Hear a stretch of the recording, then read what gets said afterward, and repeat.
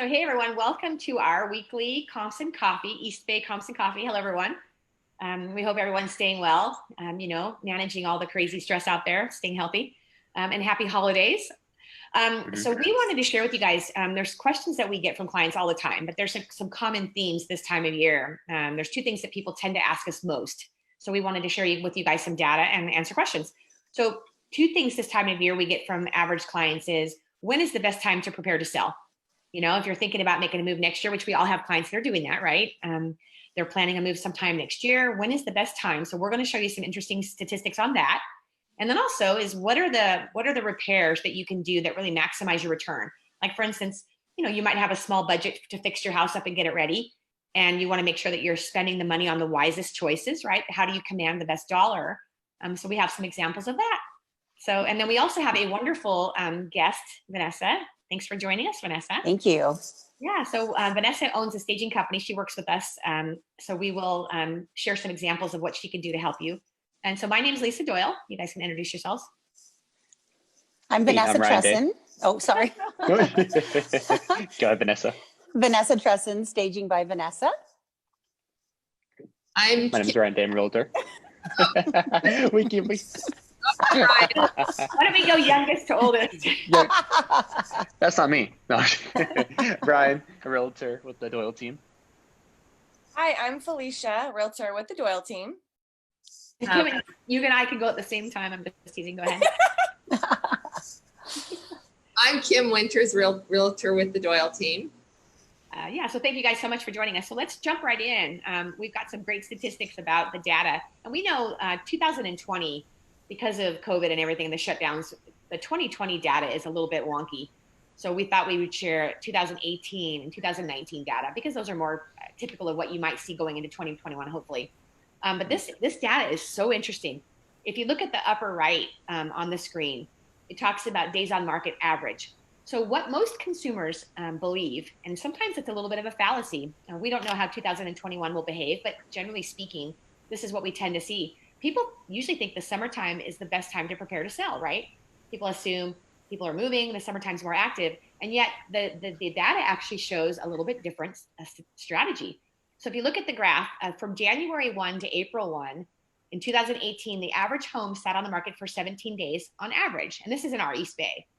And from the end of April 1 into August, it was 24 days, which that's not a huge deal, but it does take typically longer to sell a home.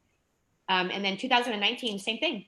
April 1 to August 1, 2019, it took 32 days on average. And then from January 1 to March 1, 29 days. So, typically you just see a little bit more action. What do you guys see? I know Felicia, Kim, and Ryan, you guys kind of have the same experience I do. Is it just mainly just competition? Is that typically what you guys are saying too? It's just competition. There's more people on the market. Buyers tend to be a little bit more busy during the summer because kids are at home, vacation. So it's kind of second in their priorities. At least that's what it feels. Yeah, for sure. And Lisa, you'd mentioned that about last week, you mentioned that buyers, and if you're selling your home, this is very important to know, buyers are actually more motivated during the winter and early months of the year, because that's a time when less people are out. They have that misconception belief that the market's slow. So those are the times that buyers are getting the deal, but we're seeing the motivated buyers. So when you're a seller, you want motivated buyers looking at your home and not people just walking through.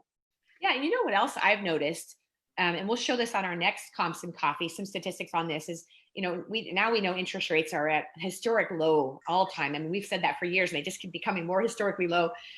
When they do rise, they do tend to rise throughout the year. So generally speaking, the Fed will raise the rates in March or April. So you'll definitely see a more of an advantage to a buyer in the early part of the year as well. So it gives the seller an advantage. So this is the data that sellers are going to be most excited about.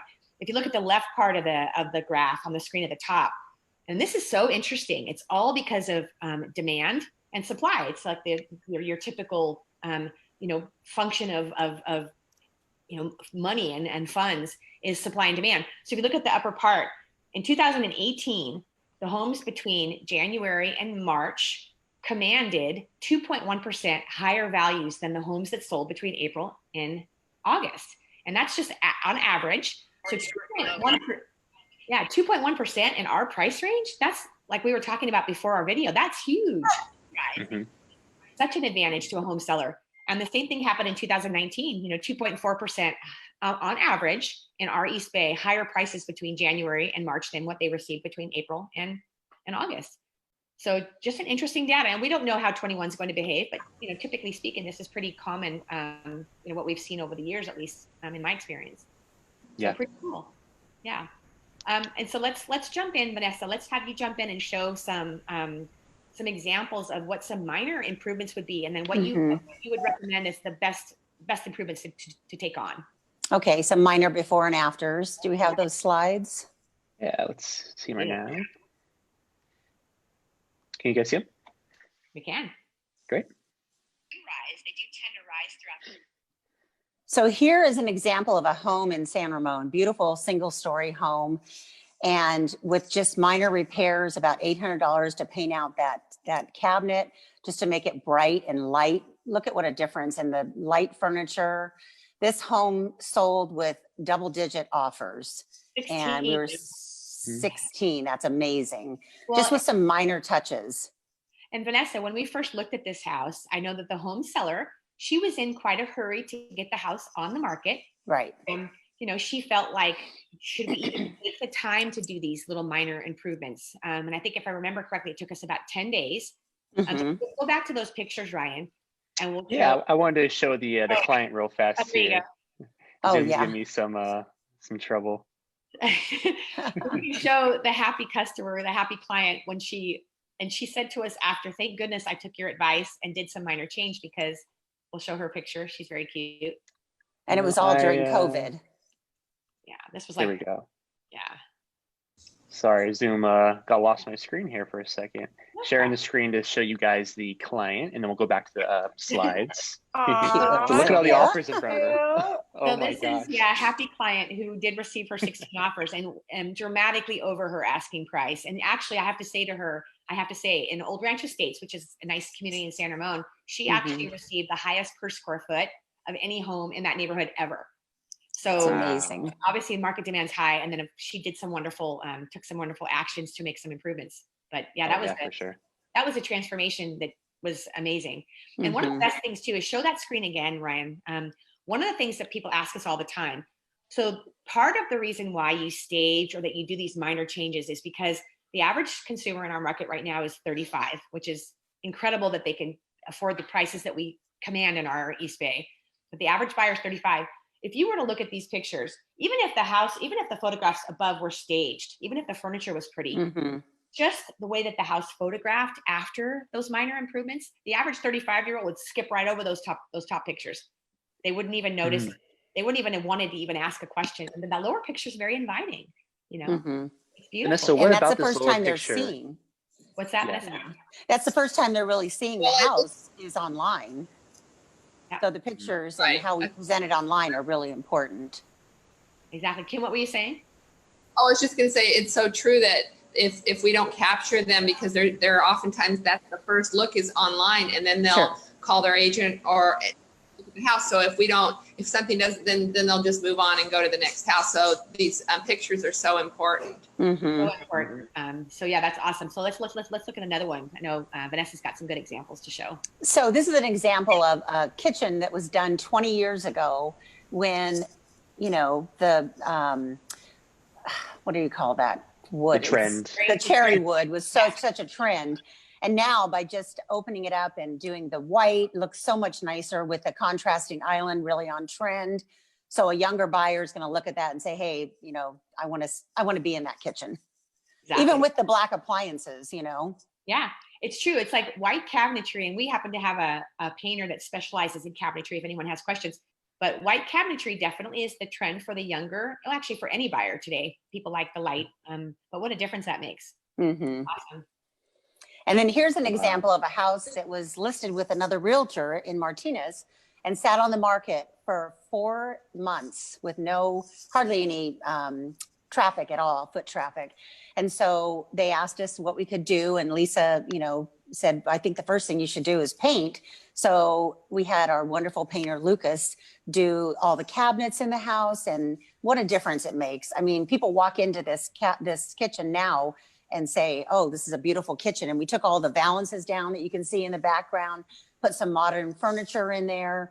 Yep. And it just, what a difference. You can't even, the granite even looks like a different color. Totally. Yeah, that house was and we'll show you a few additional photographs of that same home. That house with such a small investment was a dramatic transformation. And this is the same property. Right. And removing that outdated valance in the, in the dining room and putting in some light, bright furniture. What a difference. Removing the curtains on the window. And then in the pictures to the right, just, painting out that, what a small thing you can do to paint out a mantle. Yep. And Absolutely. Look at how much lighter and brighter it looks, just cool. With lighter furniture. Yes, absolutely. And well, these floors too, these types of hardwood floors are very expensive. They're expensive to put in with the border. And look at that, you remove the rugs and you could see them, and they're gorgeous. And right. Totally, what a difference. And what's crazy about this house, I have to say, the pictures above were actually the pictures that they were using to market the house.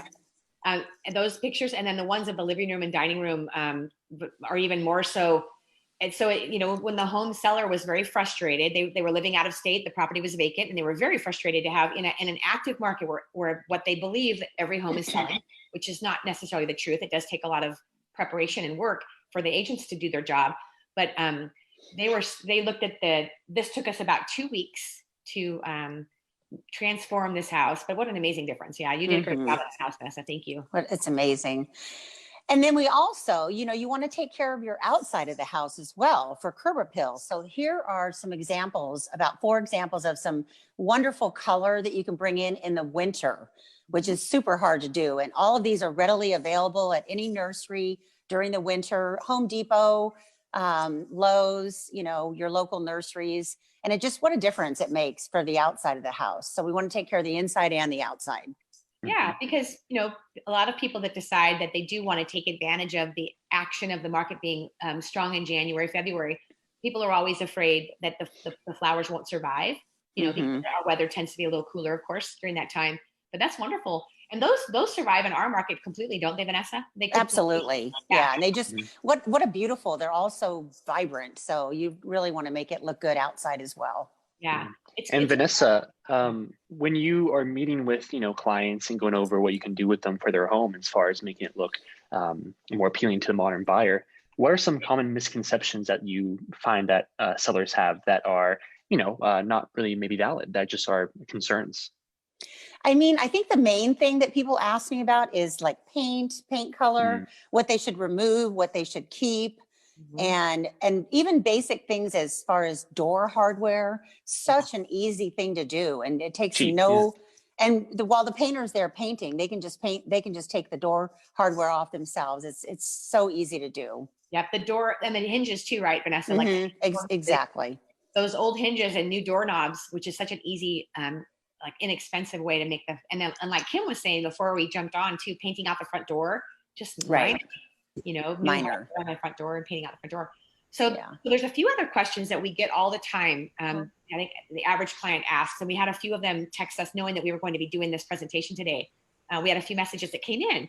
So one had asked about how much time does it generally take us to transform the property? And I know, Felicia, you had some good things to share. Oh, yeah. So a huge common question that we receive is how long does it take to do all of these, the staging, painting, and, the critical things just to get the home ready. And we can get it done in as little as 1 week, although that's not ideal. We've done that in the past. Clients tend to be a little stressed out if we only do a week, but we can do it, no problem. Ideally, you want to do like 2 to 3 weeks is the best to get all these projects done. Well, and what's great too, what's great about having that little window, even if it's only 2 weeks, that also gives us the time to really get the word out that the house is coming. We get people excited to see it. We get people waiting and more energy around the house if we do have that bit of time to really spread the word rather than waiting until they're ready to start. So we don't waste that time while they're getting ready. We're actively getting buyers excited to come. Yeah, definitely. Coming soon. Yeah. Exactly. So yeah, so 2 to 3 weeks. Wouldn't you say, Vanessa, that's probably pretty much I would say if they're doing painting and everything, and staging can take as little as 1 day and as much as 2 days, but they also have to think about, a day to clean the windows, a day to clean the house, get everything ready, maybe new sod or bark. But usually I think 2 to 3 weeks is about ideal. Yeah, exactly. Question, Vanessa. So a lot of times people will ask, well, if you're going to stage my house, what do we do with my existing furniture? I don't have room for it. Yeah. Right. Exactly. Like if you're going to come in and bring in things I thought I'd just ask you that. And some people would be interested in knowing like how that works. Well, if they're moving, if they're moving locally, I would say just a local storage unit that's totally month to month. They can cancel it at any time. I'm sorry. We even offer it as well for our clients. So we're happy to help you out with that as well. Or they can do a pod, which they're going to be moving anyway. So the pod gets moved to their house that they're going to. Or they can put it in the garage if they have room, because the garage is kind of, a neutral zone. So there's several options. Well, and Ryan, I know we were talking earlier, you've had a few clients lately this is a service that we 100% provide. Share a little bit about the whole transformation as far as removing their things and keeping their garage from having to have a ton of storage, Yeah, even if you don't want to do the pod or the garage, we can still help you out. We have our own storage unit that we can house your own furniture while it's on the market. That way, when you go into your next home, it's there for you. You don't have to worry about it. That's part of our service, and we want to help you and make sure that we're giving you the best possible service and quality of care that we can give you. Well, and it's stress too. I think that right now more than ever, people are more stressed out. The kids are at home with school. I went through a client's home recently. The little daughter, I think she's about 9. She was crying. The father was trying to do a business call and got interrupted. And it's like, there's just so much on people's plate today. So if we can take off some of your stress, that is our job. We will manage the whole project. We'll have you a storage unit. We'll keep this easy on you as much as we can. It's like, and so one of the things that our company offers too, which I think is awesome. I know a lot of the companies that used to offer the concierge programs, they've changed their program. They no longer have the benefits as much as they used to, but we still have ours, where if a person has improvements to make and they don't have the funds up front to maybe pay for a painter or pay for landscape or pay for just minor fix-ups, we can actually help you where you can pay for those improvements at the close of escrow. So, people can, and the application process is real easy. It's, there's no interest, no cost, extra cost. They can pay it at escrow. We've had 2 clients that just recently took advantage of that. And it was wonderful, And the greatest thing about this is some of the other concierge programs that I've heard of that other companies offer, they actually have to use the service provider that the company has, which we checked into this program about a year ago. And the problem with it is all of the service providers overcharged for their service. Like, for instance, the painter was probably double what they could actually pay a regular painter for.